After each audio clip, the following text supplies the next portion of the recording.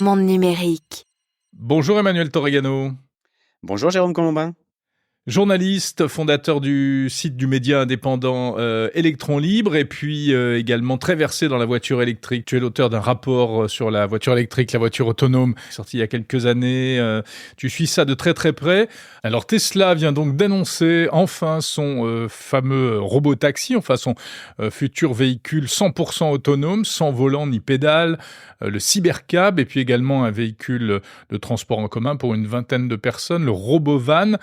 Comment est-ce que tu analyses ces annonces ? Alors, je pense que ça va être analysé de façon, à mon avis, assez paradoxale. La première, c'est que oui, les annonces sont assez impressionnantes. Tesla montre clairement qu'aujourd'hui, ils sont une société qui fabrique des robots, au sens où un robot est un produit autonome, c'est-à-dire une IA qu'on va brancher sur une voiture, sur un humanoïde, sur un van, ils ont aussi présenté un van. Donc là, ils ont montré en effet quelque chose que moi, euh, personnellement, en tout cas, j'identifierais à ce qu'on a vu à la grande époque d'Apple et de Steve Jobs, c'est-à-dire l'effet waouh. On est face à un nouvel effet waouh. On est devant Tesla qui reprend le flambeau qui était un peu à terre, laissé par Apple ces derniers temps. On peut pas dire que l'Apple Vision Pro a vraiment déclenché un effet waouh, il a déclenché un effet curiosité, mais qu'est-ce que c'est que cette machine? Comment ça marche? Comment ça va bouleverser peut-être notre façon d'anticiper ou de fonctionner dans l'informatique familiale ou bureautique? Mais c'était pas un effet waouh. Et ça, on l'a un peu perdu. Je pense que le flambeau est un peu voilà, il est un peu laissé par terre, à Ouais. s'éteindre, à se consumer.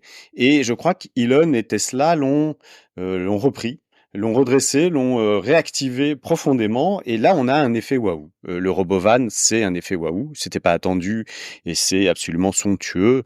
C'est très inspiré, en effet, du design art déco qu'on avait sur les locomotives comme la Mercury ou sur les caravanes Airstream, pour ceux qui connaissent. Ce sont des caravanes absolument magnifiques, tout en aluminium, sublime, des années 50-60. Donc on a, de ce côté-là, on a un effet waouh, très important. Et on a de l'autre côté, certainement paradoxalement, les marchés vont analyser on va en tout cas apporter quelques analyses qui peuvent être pas déceptifs, mais qui peuvent conserver une sorte de réserve sur toutes ces annonces-là. C'est ok, c'est très bien, mais on est devant encore une fois un projet futur pour Tesla. 2026, vous allez avoir des cybercabs, c'est-à-dire des voitures autonomes. Ok, super. 2026, on verra. Le RoboVan, il n'y a pas de, il y a pas de date. Donc ça, on ne sait pas très bien quand est-ce qu'on l'aura, malgré ce côté absolument somptueux de cet objet réellement venu du futur en passant par le passé, ce qu'on appelle textuellement une révolution. Derrière ça, les marchés vont vous dire: «Ah oui, mais attendez, on n'avait pas parlé d'un modèle 2, une voiture, pour tout le monde à, 25 000 $. Où est-ce qu'elle est cette voiture?» Et ça, je pense que ça va être certainement rabâché par les analystes. La deuxième chose, c'est que le cyber, cab, donc le robot taxi, qui s'appelle maintenant Cybercab, il pose énormément de questions. Il ne se branche pas. Donc, c'est entièrement de la recharge par induction. Ok, mais où? Comment? C'est quoi exactement la machine qui fait ça? Est-ce que ça veut dire que Tesla va devoir rééquiper l'ensemble de ses superchargeurs avec des recharges par induction? C'est un énorme boulot, c'est beaucoup d'argent. Donc on se pose encore une fois la question de quelle sera la rentabilité ou quelle est la capacité de Tesla à tout d'un coup faire évoluer entièrement son modèle vers des systèmes, vers des véhicules à recharge par induction. Donc il y a énormément de paradoxes dans cette présentation. Bon alors c'est une révolution, c'est une rupture ou bien c'est encore du bullshit à la Elon Musk finalement. Comment est-ce qu'il faut voir les choses ? Les analystes et la presse IT se sont toujours trompés sur les innovations de rupture. Toujours. Elles ont toujours raconté n'importe quoi. Pourquoi? Parce que ça vient bousculer, parce que ça pose plus de questions que ça n'amène de réponses. Les marchés détestent ça. Et la plupart du temps, la presse IT est bien elle aussi confortablement assise dans son fauteuil et elle regarde les innovations et elle les juge et elle se dit ah bah ça c'est bien ou ça c'est pas bien, oubliant que finalement le marché ça n'est pas ça. Le marché c'est quelqu'un qui adopte ou non sur d'autres critères des produits. Donc on va avoir en effet un scepticisme, certainement, et pour certains pour certains aspects, ce scepticisme est totalement justifié. Par exemple, la fameuse recharge par induction, comment va vraiment fonctionner le fait de louer son propre robotaxi à d'autres gens, comment est-ce qu'on fait pour le nettoyer. Donc ils ont présenté une machine qui est censée le nettoyer, ok, très bien, mais donc il y aura des machines partout, à tous les coins de rue, dans toutes les villes, ça pose un vrai problème. Au-delà de ça, il y a même un problème qui est une sorte de parasol de toute cette histoire-là, ou de parapluie, c'est quel pays va accepter ce genre de véhicule? Aujourd'hui, on sait que l'Europe n'en veut pas, qu'il faudra peut-être des années, qu'il faudra des discussions très longues au niveau européen pour réussir à faire rentrer des voitures comme le Cybercab, c'est-à-dire sans pédale et sans volant. Aujourd'hui, c'est interdit. Il faut pouvoir faire avancer ce modèle-là. L'Asie va certainement l'accepter assez rapidement, mais il y aura certainement des contraintes parce qu'ils vont faire du protectionnisme. Les États-Unis l'acceptent dans quelques États, le Texas, la Californie notamment. D'autres vont certainement s'élargir, mais ça pose un problème de marché. Bref, il y a énormément d'interrogations qui sont posées par cet événement Tesla, mais il y a aussi, je pense, et au-delà de tout ça, un véritable effet waouh. Et l'effet waouh, c'est ce qui fait et c'est ce qui a drivé la croissance d'Apple pendant 15 ans et en a fait la plus grande entreprise du monde, en dispute régulièrement avec soit Microsoft, soit Nvidia ces derniers temps, mais ça en a fait une des plus grandes entreprises du monde et je pense que Tesla est sur cette voie-là. Alors ça, c'est pour l'aspect communication, on va dire. Mais au-delà de ça, Emmanuel, est-ce que, selon toi, la vision d'Elon Musk pour la mobilité, d'une manière générale, est réaliste ou on est dans le fantasme complet? Je pense qu'elle pose énormément de questions auxquelles Musk va devoir répondre, qu'on est devant en effet un proof of project, c'est-à-dire quelque chose qui va se définir dans le temps au fur et à mesure que Tesla y apportera les détails qui nous permettront de comprendre comment ils le font. Toutes ces étapes-là, elles ne sont pas encore remplies. Il y a énormément de blanc entre ce qu'on nous a montré hier soir et le produit demain dans les rues, dans les garages des gens en Californie. Là, il y a vraiment énormément d'étapes qu'il va falloir remplir. Je ne dis pas qu'ils ne les ont pas. Je pense que Tesla aujourd'hui est une boîte sérieuse. Depuis 5-6 ans à peu près, c'est une boîte sérieuse. C'est une boîte qui anticipe. C'est même Musk a changé. Je pense il a connu sa deuxième révolution comme Steve Jobs au retour de l'exil forcé dans les années 90, où il avait tout d'un coup compris ce que c'était que de gérer une boîte et non plus simplement de se faire plaisir. Et je pense que Musk est là-dedans. Je pense que Musk a connu sa seconde révolution. Il l'a connu avec notamment le rachat de Twitter qui est devenu X. Il l'a connu avec l'importance qu'il a tout d'un coup comment dire, dont il s'est rendu lui-même conscient de son rôle dans la société. C'est-à-dire qu'il n'était plus simplement quelqu'un qui voyait dans les projets une réalisation de ses rêves d'enfant. Les fusées, les voitures électriques, tout ça, c'était une sorte de projection de ce qu'il a connu lui dans son enfance en tant que geek ou nerd, ça dépend comment on veut, en Afrique du Sud, qui était imbibé de pop culture des années 80. Il n'est plus simplement ça. Il a compris qu'il devait faire autre chose, qu'il devait changer le monde, comme Steve Jobs. Comme Steve Jobs, quand il revient et qu'il pense différemment, think different, c'était ça dont il s'agissait, dont il a compris tout d'un coup que l'œuvre d'Apple, c'était une œuvre qui était autant sociétale que technologique que commerciale et que le succès de sa boîte allait dans le succès de sa vision. Et je pense que Musk est à peu près dans la même état aujourd'hui et Ouais. qu'on est dans un rise and fall, hein, c'est-à-dire Musk a 15 ans devant lui de rise et il faut en profiter parce que ça sera certainement assez incroyable comme ça l'a été avec Jobs ou avec d'autres avant, Edison, Ford, enfin bon bref, on a plein d'exemples de ce genre-là et c'est toujours des rise and fall. Donc c'est toujours 15 ans, 10-15 ans à peu près et puis pouf, ça tombe. Et c'est normal. C'est après on s'embourgeoise quoi, comme Apple aujourd'hui. Bref, donc il y a un chemin à procéder. Ce chemin, on n'a pas encore toutes les étapes, mais je pense qu'elles nous seront révélées au fur et à mesure. Je ne n'écarte pas le fait qu'on puisse avoir évidemment du retard. Oui, c'est Tesla un peu la spécialité de Musk, hein, faille de Ouais, Tesla. Tesla est assez peu connu pour respecter les délais pour plein de raisons, qui ne sont d'ailleurs pas forcément uniquement de leur fait. Je pense qu'il y a un énorme problème aujourd'hui de législation autour de ces produits-là. Il va falloir un jour quand même il se penche là-dessus. Et puis, bah, on n'évite pas de parler d'Optimus. Optimus, c'est le robot. Le robot, il va vite. Ce qu'on a vu hier comme démonstration, c'est-à-dire qu'ils ont placé des robots dans la foule et les gens pouvaient interagir naturellement avec eux comme si c'était un humain. Euh, et là, on a vu la puissance, en tout cas, moi, ce que j'estime être la puissance de ce que c'est qu'un LLM, donc un grand modèle de langage, euh, mis dans une machine qui va marcher et agir, interagir avec les hommes, c'est-à-dire un humanoïde. Et là, c'est vraiment puissant. C'est-à-dire que en utilisant ChatGPT, Gemini ou d'autres grands modèles de langage, ce qu'on expérimente avec les claviers ou avec l'audio, on l'expérimente tout d'un coup dans un robot, et ça lui donne évidemment, puisque c'est le but des LLM, c'est de travestir, c'est d'imiter. C'est de réussir à être de l'autre côté de ce fameux test de Turing.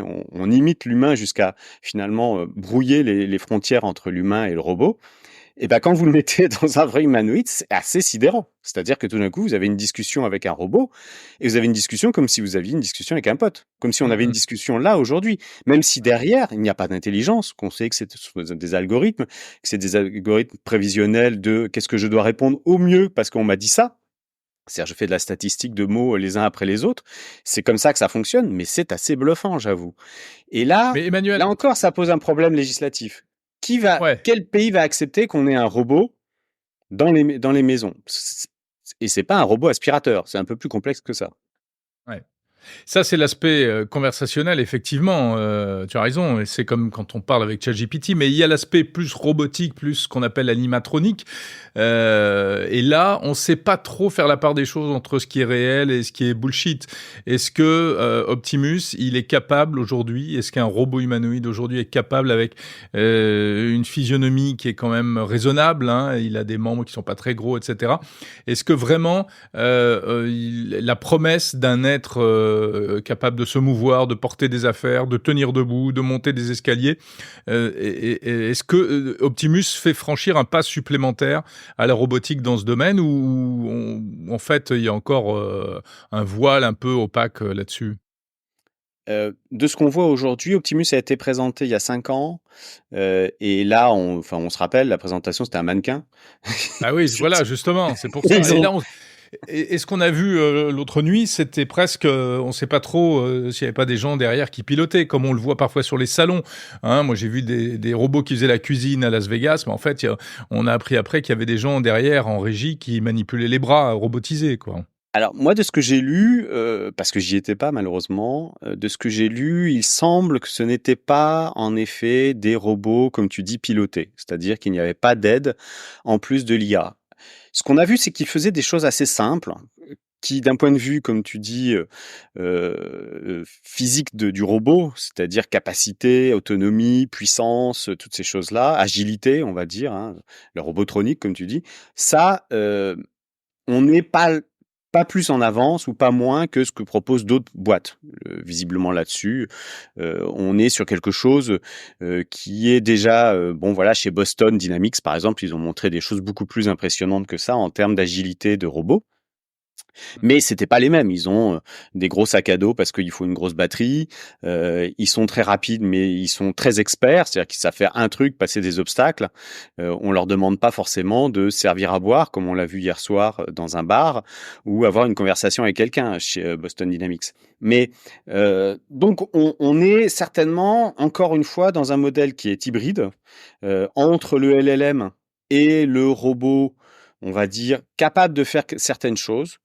Mais moi, là où je veux surtout insister, c'est que, puisque donc je suis assez d'accord d'un point de vue physique du robot, on n'a pas assisté à une démonstration époustouflante, mais on a une progression qui est, alors là, je pense, notable, ils l'ont présenté il y a 5 ans et c'était un squelette de métal qui ne bougeait pratiquement pas. Et aujourd'hui, on a déjà quelque chose qui, en tout cas, préfigure de façon assez clair vers où ils veulent aller. C'est-à-dire un assistant, une sorte de butler à l'anglaise, c'est-à-dire qui vient te servir, qui vient t'aider dans tes tâches ménagères, qui vient te faire la conversation, Bref, un assistant global, marchand, capable de ranger la vaisselle, enfin bref, de subvenir à toutes ces fameuses tâches ancillaires dont on pourrait peut-être se passer en effet.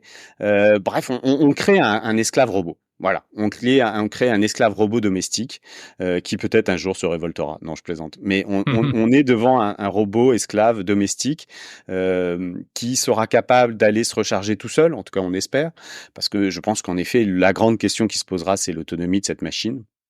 Heu et puis qui, aura développé d'un point de vue IA, des capacités qui sont au-delà de ce qu'on voit aujourd'hui, qui est très intéressant. Ce côté conversationnel qui est assez nouveau, ce côté service qui est assez nouveau aussi, puisqu'on lui demande à boire, il vous sert à boire, c'est plutôt bien, il arrive à le faire.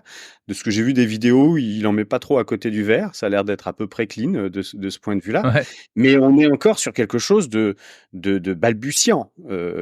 Si ça doit être réellement un assistant, une aide médicale, par exemple, une aide pour les enfants, une aide. Bref, si c'était le Terminator gentil, l'Optimus, le Terminator 2, si c'était vraiment ça, on en est encore très loin.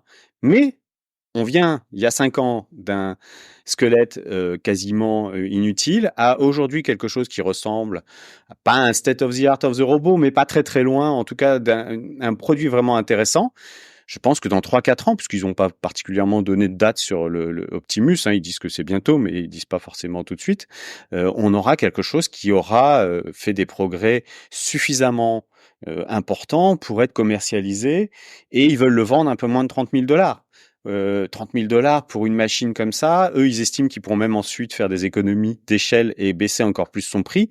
On est peut-être devant ce qui a été comme la révolution de l'automobile pour tous, qui était quand même un produit qui était cher, mais qui était très important. Il fallait avoir une voiture parce que ça permettait de partir en vacances, profiter des congés payés. Enfin, tout ça a été une mécanique formidable, alors que c'était cher pour un foyer des années, on va dire 40, 50.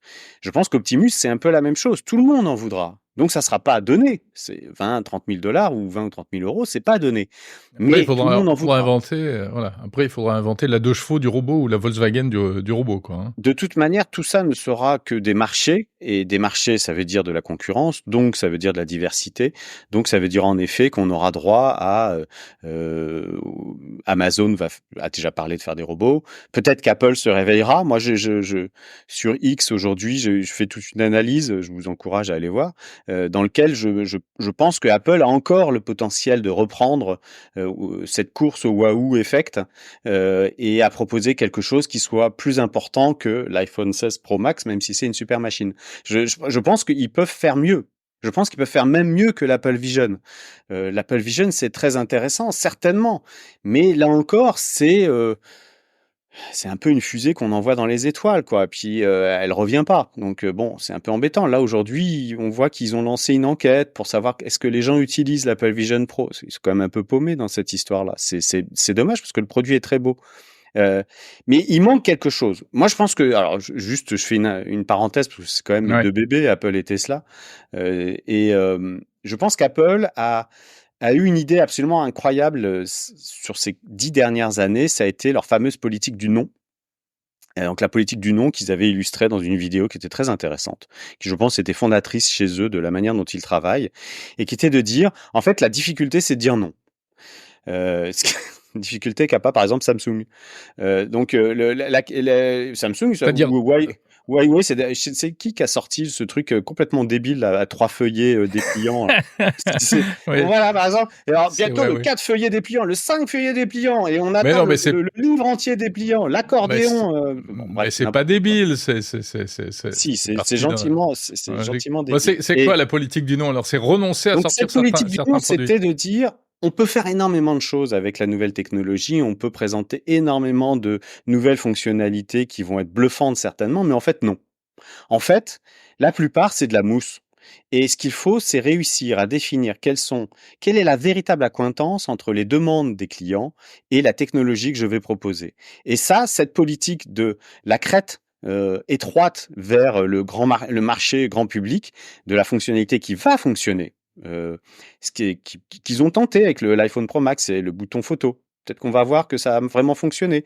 Moi, je pense que la dernière qu'ils ont lancée, qui était vraiment très importante, et je l'utilise aujourd'hui, c'est l'AirPod. L'AirPod, c'est en effet une véritable révolution parce que c'est pas extraordinaire. Comment on enlève le fil des écouteurs? Oui, mais en fait, il faut une petite boîte. La petite boîte, il faut qu'elle soit bien foutue. Les AirPods, il faut qu'ils restent dans les oreilles. Enfin bref, il y a tout un tas de choses parce que les AirPods dans des oreilles sans fil, dans les années 90, je rappelle que il y en avait d'autres qui avaient sorti déjà des petits micros qui se branchaient dans les oreilles et c'était horrible et tout le monde avait trouvé ça affreux, n'en voulait pas. Pourtant, aujourd'hui, on porte tous ça et en plus en double dans les oreilles. Donc, comment on fait? Comment on marche sur cette ligne de crête vers le grand public? Et cette politique du non, elle a été incroyablement efficace. Elle a permis à Apple de devenir une boîte très très forte sur tous les marchés, à réussir à combattre des véritables hydres, c'est-à-dire Google et Android, qui étaient une hydre puisque ils proposaient le truc gratuit à tout le monde, donc c'était extrêmement difficile de combattre le gratuit. Et ils y sont arrivés grâce à cette politique-là. Aujourd'hui, je pense qu'elle est trop pesante. Je pense que la politique du non d'Apple, elle pèse trop sur la capacité d'innovation et d'une certaine manière, elle s'est gentiment embourgeoisée. C'est-à-dire, c'est devenu une recette. C'est devenu une recette connue. Alors, on regarde, alors il va y avoir l'iPhone. Alors, qu'est-ce qu'on va faire de nouveau? Alors, on va en mettre un bouton pour gérer l'appareil photo. Et vu que nous, on sait faire vachement bien des boutons haptiques et des boutons à sensibilité avec glisser et tout ça, parce que c'est un peu notre invention avec l'iPhone, on va en faire un comme ça. Et puis, comme ça nous permettra d'avoir un super contrôle sur la photo. C'est vrai, c'est un super contrôle sur la photo. On est tous d'accord. Mais c'est une évolution logique. Ça n'a rien d'un effet waouh. Et cet effet-là, cette rupture, cette révolution de rupture, ils l'avaient. C'était le projet Titan. Ils l'ont abandonné, malheureusement. C'est-à-dire la voiture. Oui, pardon. C'était la voiture autonome également. Alors, est-ce qu'ils l'ont abandonné parce qu'ils se sont dit on peut pas faire mieux que Tesla? Ok, c'est possible, mais c'est ça la question. C'est get your grip on yourself. Enfin, reprenez-vous Apple et lancez-vous à nouveau des défis qui sont à la mesure de ce que Jobs avait fait quand il lance évidemment le fameux département pirate entre Lisa, Macintosh et Apple, c'est-à-dire quand il décide de reprendre les choses en termes de start-up. À l'époque, ça se disait pas, mais enfin c'était déjà ça. Où on prend des gens suffisamment fous pour croire dans leurs rêves, on les met dans un bâtiment et puis on les fouette tous les jours, même toute la nuit, Steve Jobs était très fort pour ça, et on leur fait créer quelque chose qui va faire l'événement. Et je pense que ça, ils peuvent à nouveau le faire. Et pour ça, il va falloir changer beaucoup de choses dans la boîte. Et ça serait vraiment très intéressant parce que c'est jamais une très bonne chose qu'il y ait une seule boîte qui le fasse. Tesla, c'est très bien, mais il en faut d'autres. Et on manque de concurrents face à Tesla, comme on a manqué un peu de concurrents face à Apple.